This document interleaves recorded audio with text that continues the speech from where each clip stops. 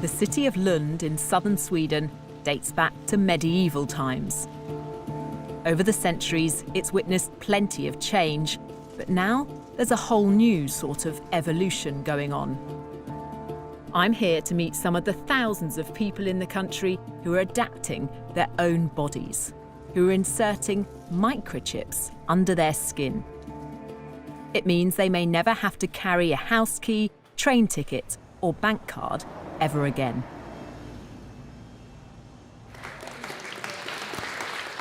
This is a microchipping party.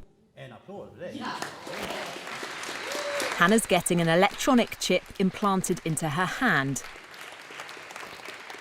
She believes one day we'll all be chipped like her. So congratulations, Hannah. Thank you. You've been chipped? Yes, I have. How does it feel?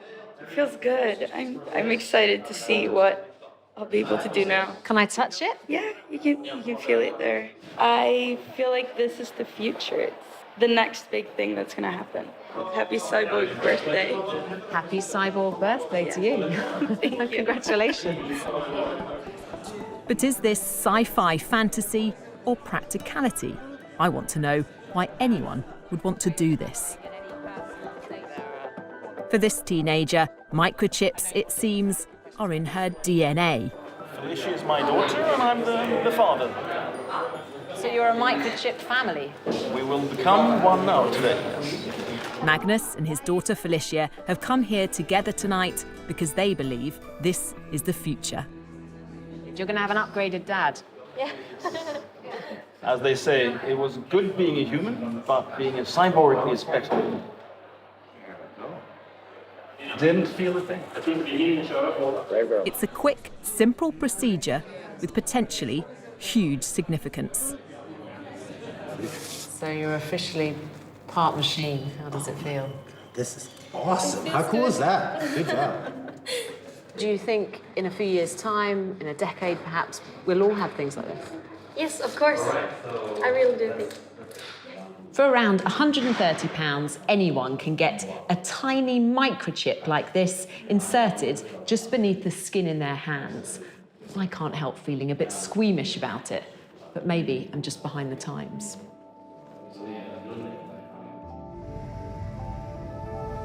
It's the morning after, and I'm about to catch up with Felicia and her dad Magnus as they get to grips with their new existence.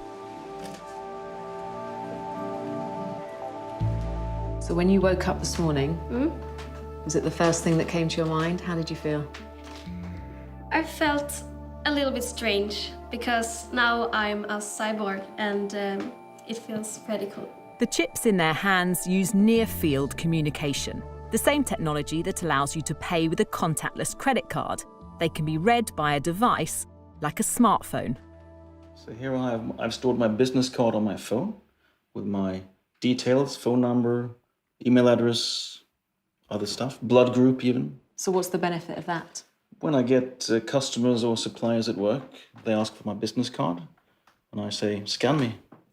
Aren't there risks involved in that as well? Couldn't somebody pass you by and take all that Scan me. information? Yes, it is in theory possible, but you have to be really, really close.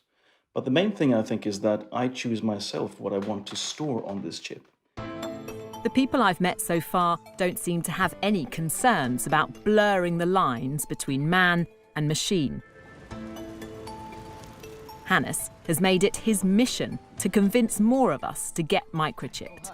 He's what's known as a biohacker, someone who wants to improve their body with technology. What's wrong with just having contactless payment cards? We've all got phones. We've all got a set of keys. What's the point? The point is to reduce the hassle of exactly these things. Isn't that just the ultimate laziness? No, it's convenience. And convenience is a pretty powerful force. I mean, in the morning, every morning, when you stand there, going out your front door, you check your purse or your pockets. Okay, do I have my wallet, my charger, my keys, my phone, all my stuff? What if you could reduce that by half? It would declutter your life. Hannes has helped develop several microchips. He wants us all to hack our biology.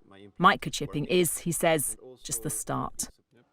I want us humans to open up and improve our sensory universe, our cognitive functions, and improve all different dimensions of being human. And there is so much we can do. You want to make us bionic?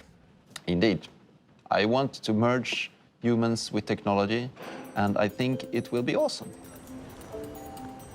I want to understand why it's people in Sweden who are enthusiastically embracing this idea, when many others might be sceptical. This is a nation of early adopters. Sweden's set to become the world's first cashless society, and the economy here is driven by digital innovation. This national rail company has taken microchipping on board, with 2,500 passengers signing up to use their chip instead of a paper ticket. I've come to the capital, Stockholm, the epicenter of this tech revolution. At this shared office, hundreds of the workers have been microchipped, so no need for a security pass to get in. Per has had his chip for 3 years. So I take my chip and open the door. It means he can buy a drink without cash or a card, but for him, it's about much more than practicality. Do you enjoy being one of the first, being a pioneer of this technology? Absolutely. A whole bunch of questions come up, like, you know, is this ethical? Do we want to have that? Or will we be sort of a nation of cyborgs in the future, and what will happen? So a lot of sort of really interesting discussions come out from, you know, talking about the chip. It triggers an ethical debate. Yes. For critics, the biggest future concern is over data protection. As the amount and type of information we store on microchips becomes more advanced, so do the security risks. Ben Libberton, a British scientist working in Sweden, wants to know who will have access to the data stored inside and what they could do with it. So I have the information in my chip now. That's basically just me. If I don't use it for anything, then no one can really get any data on me. But then if I start to use it at work, then work knows when I've interacted with something at work. If I then go to the canteen people know exactly what I've interacted with there. So the wider spread it becomes and the more that we can interact with different things, then our data is being kind of shared and incorporated in lots of different places. The nightmare situation in that case would then be that someone else has access to my health data, and that one day I get a letter through the door that's like an increase in my health insurance premium before I know that there's any problem with my own health. So I think we have to be cautious now in the very early stages to make sure that we're actually controlling how the information is being shared. For now, it seems to me, what the chips can actually do is fairly limited. But the people I've spoken to are convinced that this technology will, one day, change the way we live. That in the future, we will all be chipped. And they are leading the way.